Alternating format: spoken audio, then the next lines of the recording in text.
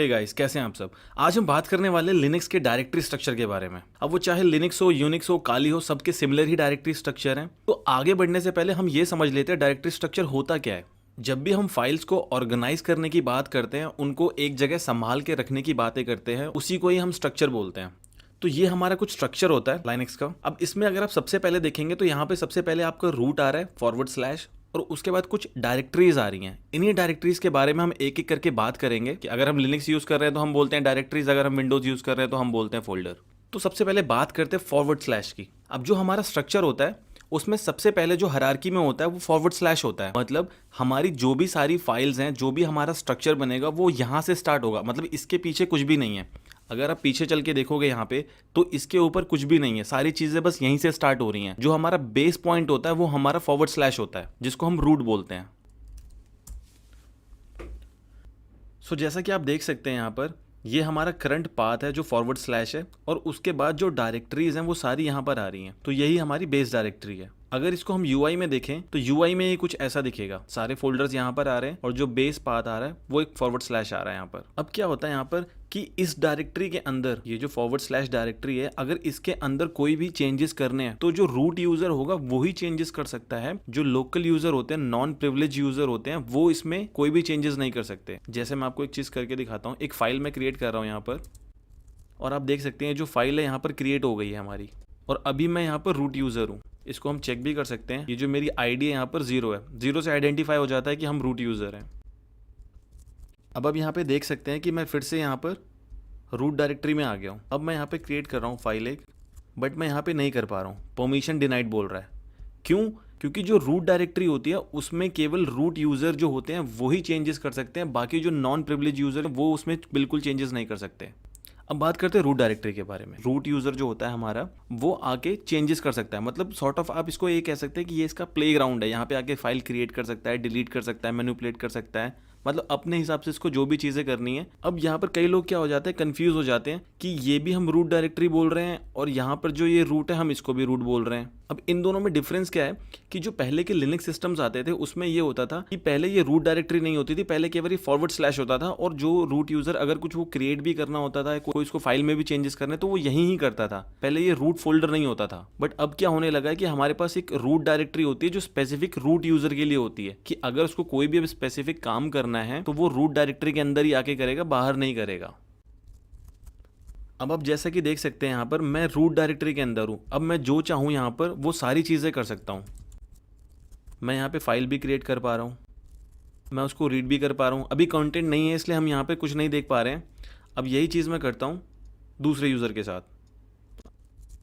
अब यहाँ पे मैं लोकल यूज़र हूँ, नॉन प्रिविलेज यूज़र, और यहाँ पे मैं रूट यूज़र हूँ। तो यहाँ पे मैं रूट में जा भी पा रहा हूँ, बट यहाँ से जब मैं ट्राई कर रहा हूँ तो वो बोल रहा है परमिशन डिनाइड। मतलब जो लोकल यूज़र है वो रूट यूज़र की डायरेक्टरी में नहीं जा सकता और वहाँ पे जाके वो कोई भी मैनिपुलेशंस परफॉर्म नहीं कर सकता है। अब बात करते हैं होम डायरेक्टरीज के बारे में। अब क्या होता है, अगर आप कोई भी यूज़र क्रिएट करते हैं तो उसकी एक अपनी डायरेक्टरी होती है। इसमें यूज़र की जो फाइल्स होती हैं वो सेव होती हैं, या यूज़र्स की पर्सनल सेटिंग होती है वो होती हैं इसमें यहाँ पर आपकी। और ये जो डायरेक्टरीज होती हैं ये एक यूज़र से सेपरेट होती हैं। मतलब अगर एक यूज़र हमारा अंकित है तो दूसरा यूज़र जॉन होगा। मतलब ये दोनों जो डायरेक्टरीज होंगी ये एक दूसरे से डिफर करेंगी। मतलब ये वाला यूज़र यहाँ पे आके कुछ नहीं कर सकता और ये वाला यूज़र ऊपर जाके कुछ नहीं कर सकता। अब आप जैसा कि यहाँ पे देख सकते हैं ये जो है ये मेरी डायरेक्टरी है। ये जो अंकित यूज़र है इसकी ये होम डायरेक्टरी है। अब ये कोई भी चीज़ चाहे यहाँ पर तो उसको क्रिएट कर सकता है, जैसा कि आप देख सकते हैं यहाँ पर, और रिमूव भी कर सकता है। तो ये इसकी अपनी पर्सनल डायरेक्टरी होती है। ऐसे ही हमारे यूज़र्स जो होते हैं उनकी होती है। अब थोड़ा सा मैं पीछे चलता हूँ और आपको दिखाता हूँ। अब यहाँ पे जैसे देख सकते हैं ये होम डायरेक्टरी है। अब इसके अंदर जितने भी हमारे यूज़र होंगे उन सब की डायरेक्टरीज आएंगी। अब जैसे मेरे पास एक ही यूज़र है तो यहाँ पे मेरा एक ही फोल्डर आ रहा है। अब जैसे आपके पास मल्टीपल यूज़र्स होंगे तो उनकी मल्टीपल डायरेक्टरीज यहाँ पर आएंगी। अब बिन डायरेक्टरी के बारे में बात करते हैं। इस डायरेक्टरी के अंदर क्या होता है, वो सारी कमांड्स होती हैं जो एक सिस्टम को हमें चलाने के लिए जिनकी ज़रूरत पड़ती है। अब वो चाहे नॉन प्रिविलेज यूज़र को चाहिए हो या चाहे वो एडमिन यूज़र को चाहिए हो, वो सारी कमांड्स ही सबके लिए अवेलेबल होंगी यहाँ पर। अब आप यहाँ पे जैसे कि देख सकते हैं यहाँ पे आपकी सारी कमांड्स आ रही हैं जो सारे यूजर्स के लिए अवेलेबल है। कोई भी यूजर इन कमांड्स को कहीं पे भी यूज कर सकता है, कोई रेस्ट्रिक्शन नहीं है उस पर। अब जैसे कि आप यहाँ पे देख सकते हैं यहाँ पे आपकी सीपी कॉपी की कमांड आ रही है आपकी। यहाँ पे कर्ल आ रहा है, कर्ल जो टूल होता है हमारा, उसके बाद जो आपका मैन पेज होता है, मैन की कमांड आ रही है, SSH आपका आ रहा है यहाँ पर। तो ये सारी जो कमांड्स होती हैं सारे यूजर्स के लिए अवेलेबल होती हैं और कोई भी इनको यूज़ कर सकता है, इनके ऊपर कोई रेस्ट्रिक्शन नहीं होती। अब बात करते हैं एसबिन के बारे में। एसबिन का मतलब क्या होता है? System binaries. इसके अंदर क्या होता है? सारी बाइनरीज फाइल्स होती हैं, सारी वो कमांड्स होती हैं जो एक एडमिनिस्ट्रेटर को चलाने के लिए चाहिए होती हैं। अब ये नॉर्मल जो कमांड्स अभी हमने थोड़ी देर पहले देखी, उनसे ये थोड़ी सी अलग होती हैं। आपको इनको चलाने के लिए रूट यूजर ही बनना पड़ेगा। अब मेजरली हम इनको दो कामों के लिए यूज करते हैं, या तो हमें कुछ मेजर चेंजेस करने हो कॉन्फ़िगरेशन फाइल में, या फिर हमें कुछ सिस्टम का मेंटेनेंस का देखना हो। तो जैसा कि आप यहाँ पे देख सकते हैं, ये सारी जो कमांड्स आ रही हैं, एग्जाम्पल के लिए ये इफ टेबल्स क्या होता है, आईपी टेबल्स जिसको हम बोलते हैं, ये हमारी फायरवॉल होती है लिनक्स की, जो पैकेट को अलाउ और डिनाई करती है रूल्स के हिसाब से। तो अगर मैं इसको एक्सेस करने की कोशिश करूँ तो मैं यहाँ पे इसको कर पा रहा हूँ। मेरा जो राइट साइड है ये मेरे नॉर्मल यूजर है। तो यहाँ पे अगर आप देखोगे, यहाँ पे आ रहा है permission denied, you must be root. तो ये जो एसबिन वाली जो कमांड्स होती हैं ये केवल रूट यूजर के लिए होती हैं। अगर आप चाहें तो नॉर्मल को अलाउ कर सकते हैं स्पेशल पर्पस के लिए, बट नॉर्मली क्या होता है, ये सारी एडमिनिस्ट्रेटर के लिए कमांड्स ही होती हैं, नॉर्मल यूजर के लिए नहीं होती हैं ये। सो अब बात करते हैं प्रॉक के बारे में, जो कि हमारा होता है प्रोसेस इन्फॉर्मेशन। इसके अंदर क्या होता है कि जब भी आप कोई एप्लीकेशन रन करते हैं या आपका सिस्टम चल रहा है, आपके प्रोसेसर यूज हो रहे हैं, आपका कर्नल यूज हो रहा है, उसकी सारी डिटेल्स जो होती हैं आपको इस डायरेक्टरी में मिल जाएंगी। अब आप यहाँ पे जैसे कि देख सकते हैं, ये यहाँ पे आईडी आ रही है। अब कई बार क्या होता है, जो हमारे प्रोग्राम्स चलते हैं उनको सेट ऑफ आईडी मिल जाती है, प्रोसेस आईडी जो होती है, और उसके हिसाब से यहाँ पे डायरेक्टरीज बन रही हैं और आप यहाँ पे फाइल्स भी देख सकते हैं। एग्जाम्पल के लिए हम देख लेते हैं यहाँ पर मेमोरी इन्फो। अब जैसा कि यहाँ पे आप देख सकते हैं, ये हमारे मेमोरी के बारे में इंफॉर्मेशन दे रहा है, कितनी अवेलेबल है, कितनी फ्री है, टोटल कितनी है, बफर में कितनी है, कैश कितनी हो रखी है। तो ये सब सारी डिटेल्स होती हैं आपकी, ये प्रोसेस वाली डायरेक्टरी में होते हैं, जो प्रॉक डायरेक्टरी होती है हमारी। अब बात करते हैं बूट के बारे में। अब जब भी आपका सिस्टम ऑन होता है, ऑपरेटिंग सिस्टम आपका मेमोरी में आता है, तो उससे रिलेटेड जितनी सारी फाइल्स होती हैं वो आपकी इस डायरेक्टरी में होती हैं। क्योंकि कर्नल आपका अगर कोई भी चीज़ रन करना स्टार्ट करता है तो उससे पहले कुछ प्रोसेस होते हैं, उनको वो फॉलो करता है, तो उनसे रिलेटेड जो फाइल्स होती हैं वो सारी आपकी इस डायरेक्टरी में होती हैं। अब जैसा कि आप यहाँ पे देख सकते हैं, यहाँ पे जो हमारा ग्रब बूट लोडर होता है उसकी डिटेल्स हैं हमारे पास यहाँ पर, और उसके बाद यहाँ पे कुछ कॉन्फ़िगरेशन फाइल हैं, जैसा कि आप देख सकते हैं यहाँ पर। ये देखिए, यहाँ पे सेल्फ टेस्ट की बात हो रही है। अब बात करते हैं नेक्स्ट डेव की, जिसको हम डिवाइस फाइल्स भी बोलते हैं। इसको समझने से पहले एक चीज समझते हैं, लिनक्स के अंदर सारी चीजें तीन चीजों में डिवाइडेड होती हैं। सबसे पहला फाइल होता है, दूसरा डायरेक्टरी होता है, और तीसरा डिवाइस फाइल्स होता है। फाइल्स आपको पता ही है कैसी होती है, प्लेन टेक्स्ट फाइल होगी, बाइनरी फाइल हो गई आपकी। डायरेक्टरीज आपको पता है, फोल्डर्स जो होते हैं हमारे। उसके बाद होता है हमारा डिवाइस फाइल्स। अब डिवाइस फाइल जो होती है हमारी स्पेशल टाइप की फाइल होती है, जो कि हमारा एक इंटरफेस होता है, जो हमारा हार्डवेयर होता है और हमारा जो सॉफ्टवेयर होता है, उनके बीच में जो इंटरफेस का काम करता है वो काम हमारा डेव करता है। अब जो डेटा होता है हमारे पास दो तरीके से ट्रांसमिट होता है हार्डवेयर में। पहला होता है हमारे पास ब्लॉक, दूसरा होता है हमारे पास कैर। ब्लॉक में क्या होता है, डेटा हमारा चंक्स में जाता है, और कैर में क्या होता है, कैरेक्टर में जाता है। अगर कैरेक्टर का एग्जांपल देखेंगे हम, तो हमारा माइक और स्पीकर, जिसमें हमारा जो डेटा होता है वो कैरेक्टर वाइज जाता है। और अगर हम ब्लॉक की बात करेंगे तो ब्लॉक के केस में हमारा हो गया हार्ड डिस्क। हार्ड डिस्क में डेटा हमारा जब भी जाता है वो हमारा ब्लॉक की तरह से जाता है हमेशा। अब आपको यहाँ पे SDA1 और SDA2 जो दिख रहा है, ये हमारी हार्ड डिस्क है, जिसकी डिटेल्स जो है हमारे पास वो यहाँ पर दी गई हैं। अगर हम यहाँ पे देखें तो जैसा कि आप यहाँ पे देख सकते हैं, उसके बारे में यहाँ पे इन्फॉर्मेशन दी गई है। बी का मतलब बेसिकली होता है ब्लॉक। तो हमारा जो हार्ड डिस्क होता है वो ब्लॉक साइज में डेटा लेता है और डेटा देता है, तो जैसा कि आप यहाँ पे देख सकते हैं। और उसके बाद जो यहाँ पे पोर्ट्स की बात हो रही है, वहाँ पे आप देखिए यहाँ पे C आ रहा है। C का मतलब यहाँ पे बेसिकली होता है कैरेक्टर। अब बात करते हैं माउंट की, जिसको हम शॉर्ट में MNT भी बोलते हैं। इस डायरेक्टरी के अंदर क्या होता है, अगर आप एक्सटर्नल हार्ड डिस्क अपने सिस्टम में लगा रहे हैं, उसको एक्सेस करना चाहते हैं, तो जब भी आप उसको लगाएंगे और उसको जब माउंट करेंगे तो उसकी जो डिटेल्स होती हैं आपकी, वो सारी माउंट में आती हैं। अब यहाँ पे मेरे पास कुछ माउंटेड नहीं है, इसलिए मेरे पास यहाँ ब्लैंक आ रहा है यहाँ पर, बट अगर आप कुछ माउंट करेंगे तो आपके पास यहाँ पर उसकी डिटेल जो होगी वो आ जाएगी। अब नेक्स्ट बात करते हैं मीडिया की। अब आप कोई भी रिमूवेबल डिवाइस अगर अपने सिस्टम में लगाते हैं, चाहे वो CD-ROM भी हो सकता है, चाहे वो फ्लॉपी डिस्क भी हो सकता है, या फिर वो पेन ड्राइव भी हो सकती है, उसकी सारी डिटेल्स जो होती हैं वो मीडिया जो डायरेक्टरी होती है हमारी, उसके अंदर होती हैं। अब यहाँ पे आप देख सकते हैं, जैसे यहाँ पे जो CD-ROM की डिटेल है मेरी, वो आ रही है। नेक्स्ट बात करते हैं ETC के बारे में, जिसको हम एडिटेबल टेक्स्ट कॉन्फ़िगरेशन भी बोलते हैं। इसके अंदर क्या होता है, जो हमारी एप्लीकेशंस होती हैं, जो हमारी कमांड्स या जो हमारे टूल्स होते हैं, उसकी जो कॉन्फ़िगरेशन फाइल होती हैं वो इसके अंदर होती हैं। अब जैसे कि आप यहाँ पे देख सकते हैं, ऐड यूजर आपको कॉन्फ़िगरेशन बता रहा है ऐड यूजर का। अगर हम एक यूजर को ऐड करते हैं तो उसके बारे में यहाँ पर कॉन्फ़िगरेशन जो उसकी डिटेल है वो बताई जा रही है। फर्स्ट UID यहाँ से स्टार्ट होगी, लास्ट UID इतनी होगी। यहाँ पे आपको सारी कॉन्फ़िगरेशन फाइल मिल जाएंगी। एक यहाँ पे जो आपने नॉर्मल देखे हो गया आपके होस्ट, यहाँ पे आपको क्या है, होस्ट की डिटेल्स जो होती हैं वो आ जाती हैं। ये देखिए यहाँ पे जो मेरा लोकल एड्रेस है उसकी डिटेल्स आ रही है यहाँ पर। सर्विस डेटा के अंदर क्या होता है, जो आपकी एप्लीकेशंस होते हैं यूजर स्पेसिफिक, जैसे हो गया हमारा FTP, TFTP हो गया हमारा, ये आपका www हो गया, उसके बाद आपका rsync हो गया, उसकी जो यूजर स्पेसिफिक डिटेल्स होती हैं वो आपको इस फोल्डर में मिलेंगी।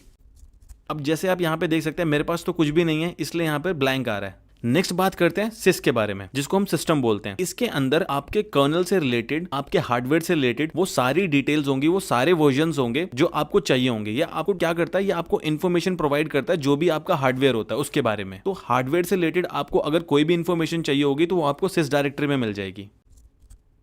तो जैसा कि आप यहाँ पे देख सकते हैं, यहाँ पे हमारे फर्मवेयर के बारे में डिटेल आ रही है, हाइपरवाइजर जो हो गया, हमारा कर्नल हो गया, और मॉड्यूल्स जो होते हैं हमारे उसके बारे में आ रहा है, ब्लॉक के बारे में आ रहा है, बस जो होती है हमारी डेटा ट्रांसमिट करने के लिए उसके बारे में आ रहा है यहाँ पे। तो जैसा कि आप यहाँ पे देख सकते हैं, यहाँ पर ब्लूटूथ की डिटेल आ रही है। तो चलिए एक बार देखते हैं इसको। अब जैसा कि आप यहाँ पे देख सकते हैं, उसका कोड साइज आ रहा है, उसका इनिट साइज आ रहा है, उसके बाद सेक्शन के बारे में बताया जा रहा है, उसका वर्जन भी है। यहाँ पे जो मेरा ब्लूटूथ है उसका जो वर्जन है वो 2.22 है। तो ऐसे ही आपके हार्डवेयर से रिलेटेड अगर आपको कोई भी डिटेल चाहिए होगी तो वो आपको यहाँ पे मिल जाएगी। जैसे यहाँ पे साउंड के बारे में डिटेल दी गई है, यहाँ पे जैसे आप देख सकते हैं आपको इंटेल के बारे में डिटेल दी गई है, जो मेरा प्रोसेसर है। नेक्स्ट बात करते हैं लिब के बारे में, जिसका मतलब होता है सिस्टम लाइब्रेरीज। अब क्या होता है, जब भी आप कोई एप्लीकेशन को रन करते हैं, उस एप्लीकेशन को चलने के लिए कुछ लाइब्रेरीज चाहिए होती हैं। लाइब्रेरीज को अगर हम विंडोज की टर्म्स में बात करें तो उसको हम डायनामिक लिंक लाइब्रेरी जो होती है हमारी, जो रन टाइम पे हमें चाहिए होती है, उन्हीं को ही हम लाइब्रेरीज बोलते हैं बेसिकली। तो उससे रिलेटेड जो डिटेल्स होती हैं आपकी वो लिब में मिलेंगी। मतलब अगर आप कोई भी एप्लीकेशन रन कर रहे हैं तो उनकी डेफिनेटली लाइब्रेरीज होंगी, और वो लाइब्रेरीज आपको कहाँ पर मिलेंगी, लिब डायरेक्टरी के अंदर मिलेंगी, जैसा कि आप यहाँ पे देख सकते हैं। अब जैसा ये अपाची 2 जो सर्वर है उससे रिलेटेड जो डिटेल है वो यहाँ पे आ रही है।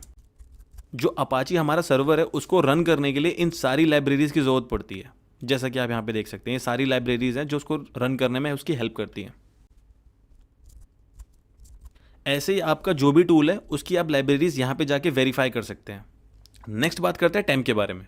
अब इसका मतलब क्या होता है, टेम्परेरी फाइल्स। अब कई बार क्या होता है कि जब आपका प्रोग्राम रन होता है तो उसको चलने के लिए कुछ टेम्परेरी फाइल्स जो होती हैं उसको क्रिएट करनी पड़ती हैं। और ये टेम्परेरी फाइल्स क्या होती हैं, ये आपका जो प्रोग्राम चलता है वो क्रिएट करता है, और जब वो सक्सेसफुल एग्जीक्यूट हो जाता है या जब उसका प्रोसेस कंप्लीट हो जाता है तो उसके बाद उस फाइल को डिलीट कर देता है। या आप अक्सर देखेंगे, आप जब भी सिस्टम को स्टार्ट करेंगे उसके अंदर की जो भी फाइल्स होती हैं वो सारी रिमूव हो जाती हैं, और फोल्डर जो होता है वो आपका फिर से एम्प्टी हो जाता है।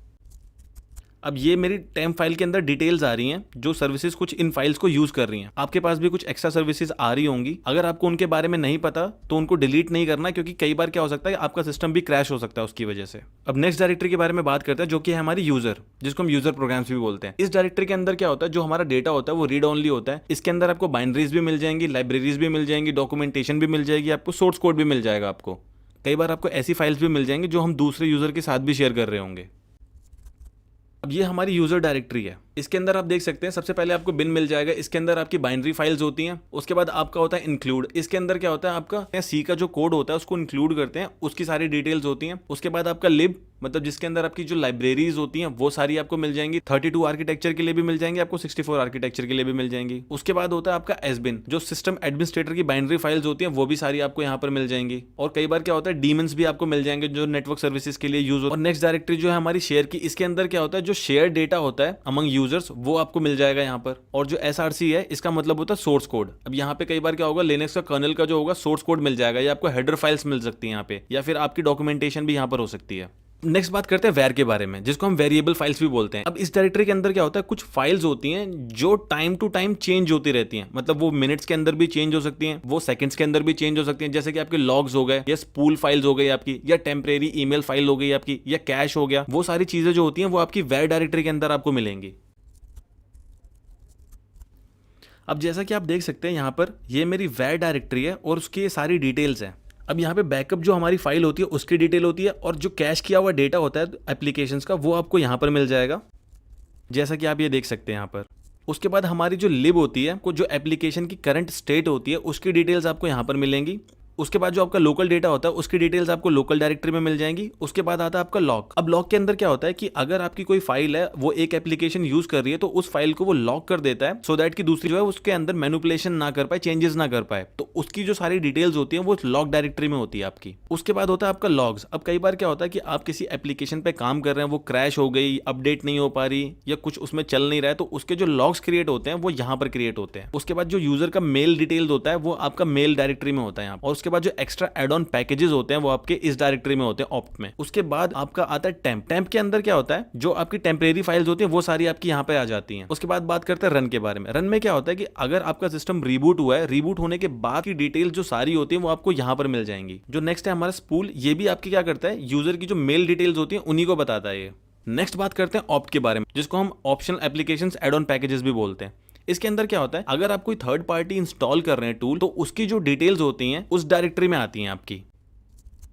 जैसा कि आप यहाँ पे देख सकते हैं मेरी कुछ थर्ड पार्टी एप्लीकेशंस है जिनकी डिटेल्स यहाँ पे इस फोल्डर में आ रही है। वीडियो अच्छी लगी तो वीडियो को लाइक जरूर करना है, शेयर तो बिल्कुल बनता है, और सब्सक्राइब तो मुझे पता है आप जरूर करने वाले हैं।